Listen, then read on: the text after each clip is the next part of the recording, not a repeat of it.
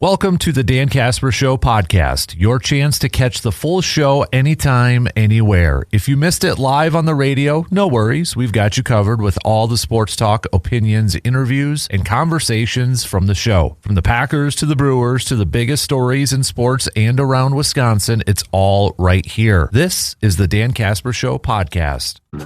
Looking for your next great night out? We'll make it at the VFW Post 305 in Eau Claire with live music, exciting events happening throughout the month, great food, cold drinks, and fun.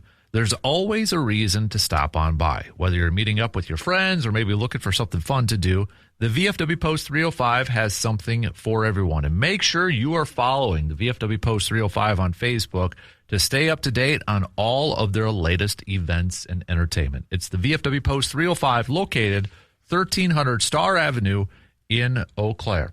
Again, a big thanks to the voice of the Express, Pete Knutson, for stopping by and helping us preview the final couple weeks here of this Express season. The first place, Eau Claire Express, they return back to Carson Park tonight, taking on Thunder Bay. If you missed any portion of that conversation, that will be up on the All Aboard the Eau Claire Express podcast.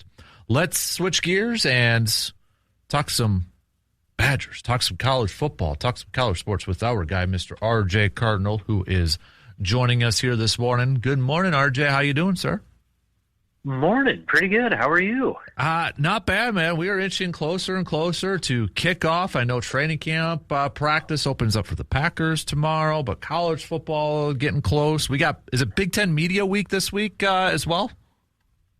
Yeah, I believe it's today, tomorrow, and Thursday. Okay. I think. I know it's multiple days now because when you got 18 teams, you can't have everybody on the on the podium all at once, so they gotta spread it out. And I can't remember if it's 2 or 3 days, but they switched that format a few years ago, and yeah, it's nothing wrong with that. Yeah. But one step closer to fall camp starting on August 6th. Nice. So that's coming up here. Let me begin with this because I know how much you love preseason polls, RJ. So the annual preseason Big Ten football poll has been revealed, and to everybody's surprise, Wisconsin is not in the top 10. I'm being sarcastic there, but teams ranked below Wisconsin include UCLA, Northwestern, Maryland, Michigan State, Rutgers, and Purdue. So, I mean, the bar, would you say, is it fair to say the bar is not set very high for this Badger football team this year? Or, I mean, can we take it on the flip side and say, no, it's set still pretty high because Luke Fickell's got to show something with this roster, as the Athletic has with their piece, a $25 million roster, which is still weird to say when it comes to college football. Yeah. There are rumors that it's more along the lines of $30 million, but nobody's said that on the record yet.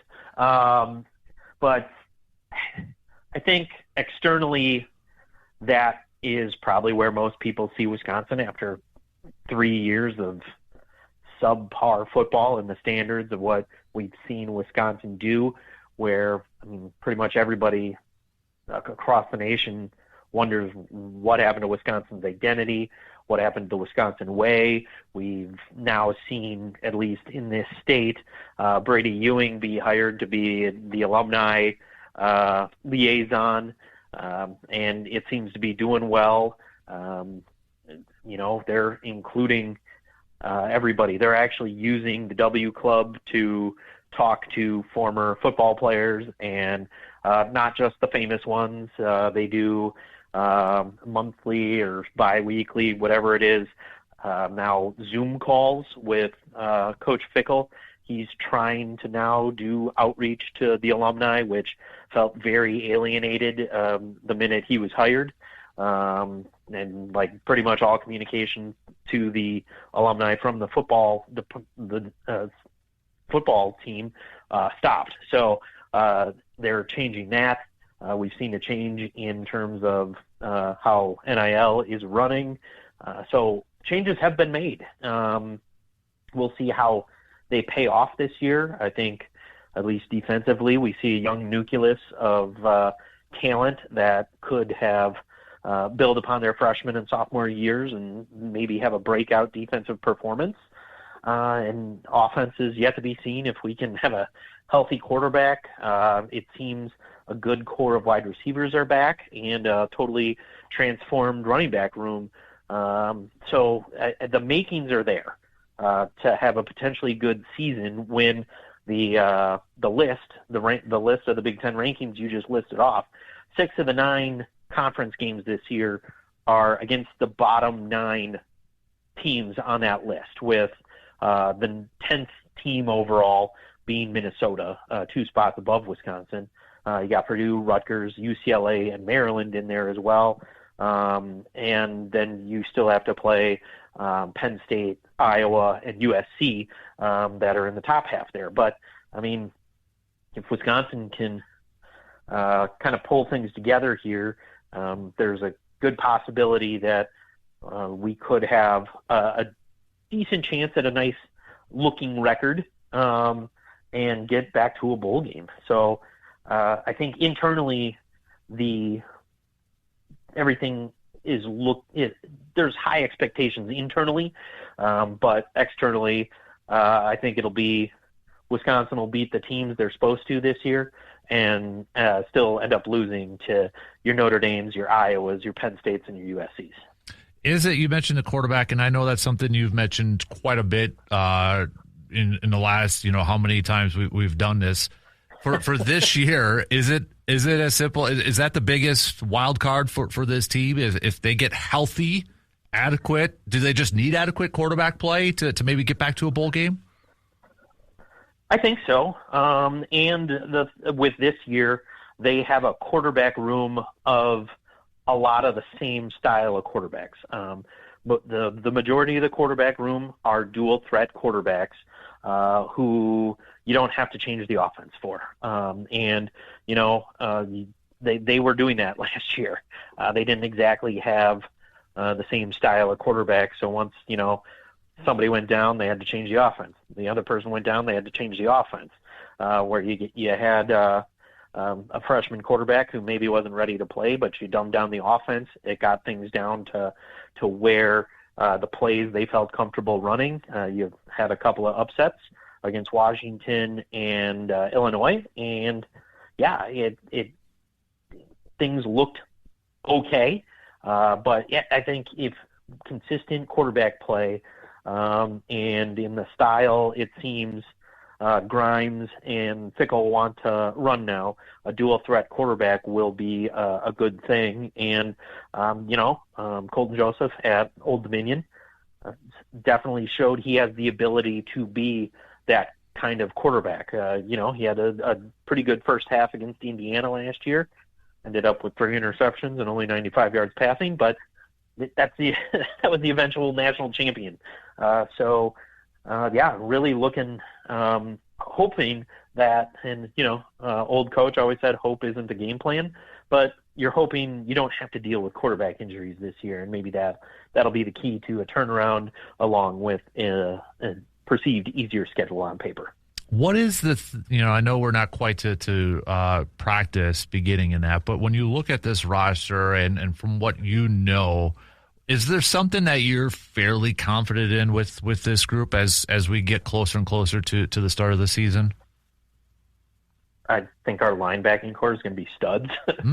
I mean, just with Posa and Catalano, those two looking like they're hopefully can be pushing to be one of the better duos of linebackers in the Big Ten, but their supporting cast is also going to be able to look good because of them. So you have 2 guys that really showed they have a nose for the football and are going to have to be accounted for in every offensive coordinator's game plan that they go up against. So that should open a lot of real estate for other players. So those 2, I think, we'll see, and heck, they only got on the field because of injuries. So I think with those 2, that might be the closest to a guaranteed real thing we have on the team right now that we've seen. The biggest mystery is that offense. But defensively, I think the Badgers will be okay this year. All right. How many times have we heard that before, RJ, with linebackers in Wisconsin? One of the maybe more underrated positions over the last few years of the amount of studs that have come through that program. Yeah, and you had All-Americans like Joe Schobert who went in the third round because he was a system guy, but he ended up doing pretty good for himself. And there's a lot of other former Badger linebackers who are in the two deep all over the NFL right now. And yeah, it just seems to be a good time to be a linebacker at Wisconsin for the past decade. But moving forward, we'll see how that goes, and hopefully that tradition continues, and you can build back up the O-line. You can get somebody drafted again this year, since that was one that broke from the 70s as well. A lot of bad records being broken for Wisconsin lately. So hopefully you can get this thing turned around. And like I said, so far this off season, at least off the field, that we've seen the steps towards hopefully the rehabilitation of this program have been made. Do you go into the offensive line? I know the offensive line has a new head coach or new position coach this year, or assistant coach of offensive line, Eric Matos. How when you think about Wisconsin and the offensive line, I mean that was kind of the bread and butter for the longest time. How do you feel about this group heading into this season? That's another one. A couple injuries last year, like to Kevin Haywood, who was going to be your starting left tackle. He's healthy again. You kind of liked what you saw last year. I think there's still just some, people didn't have to respect the passing game. So it was one of those, it made it difficult when maybe not everything was up to par, but I think overall, some of the transfers, some of the people getting healthy again, some of the younger guys who had to go trial by fire last year, I think we'll see a rebound, especially hopefully the attitude of Eric Matos rubs off on these guys, because we saw what he was doing with the offensive line at Arkansas, and they were turning out some draft picks, and hopefully the new attitude, and he feels like it's about to be a resurgence of Wisconsin O-lines of the past. So hopefully that comes to fruition starting with this season. And I think with what we're seeing in terms of, like I said, injuries, all that, with people coming back, some of those new transfers in, I think we'll see a step in the right direction at the O-line as well. So with it being Big Ten Media Days, if you were there, RJ, and you could ask Luke Fickell one question, what would that question be? He answered a lot of them in that Athletic article posted yesterday. Mm-hmm. Finally, something that happened before you and I talked. Yeah. And maybe ask him to go deeper into some of the stuff he said there, because those first couple of paragraphs are pretty damning for Chris McIntosh. After back-to-back losses to Iowa and Ohio State, did McIntosh really come to you and ask, what do you want to do? Because that's not a leader. Yeah. This is the same guy who, depending on who you talk to, Paul Chryst basically said, I'm going to do it my way, and we're going to do it the Wisconsin way, and he got fired. But after two blowout home losses, 37-0 to Iowa and 34-0 to Ohio State, McIntosh came down and knocked on Fickell's door and said, hey, what do you want to do? You can be all in, or I can give you an escape route. And then 24 hours later, he says, I want to be here to pull us out of this. So, I mean, that's a great answer. And then, we had the press conference that Sunday, or late that Sunday, maybe Monday, where McIntosh said, I'm 100% behind Luke Fickell. Well, yeah, when you give the guy the choice, you don't have to be 100% behind him. So even though now it looks like, he was his biggest ally, you're starting to see cracks in what was going on in the Wisconsin athletic department. And I don't need my leader going to ask his subordinate, what do they want to do? Right. I need my leader to tell the subordinate what's going to happen. And that's nothing against Luke Fickell there, because he said the right thing. I want to pull us out of this. And, the messages kept coming out. We're going to do this. He's going to be the coach in 2026. Nothing's changing. Then, the money started coming in. Then the changes off the field to start recruiting the state of Wisconsin, to start having the alumni come back and talk to people, being able to reach out and do all, like, the things were going in the right direction. Then out of the blue, come April, and the direct quote from that article, McIntosh found his own escape route. And Luke Fickell kind of put it nicely. I'm not sure what changed. I think he thinks he genuinely believes he can go to the Big Ten and change college football. I don't know too many places where they create a new position and you automatically think you can change college football. But then in his own letter leaving, he writes, "I wasn't looking for a new job. This just became an opportunity I couldn't say no to." Like, you took a pay cut and you left. Yeah. Your feet were held to the fire and you quit. Your head coach didn't, who's probably now more on a hot seat than you ever would have been. But it is what it is. And I would genuinely just want to dive deeper into what that conversation was after the Ohio State game and why he gave you 24 hours, where after a loss to Illinois 3 years prior, he just fired Paul Chryst on the spot. Mm-hmm. Now, granted, he has no intel on what that was. Chris McIntosh never responded to that Athletic article. But it's something to ask, because, I mean, you can have unwavering support from the AD, but when he comes to you to ask what you want to do, that's not unwavering support. So I think it just keeps diving into the wrong person was hired to be our athletic director.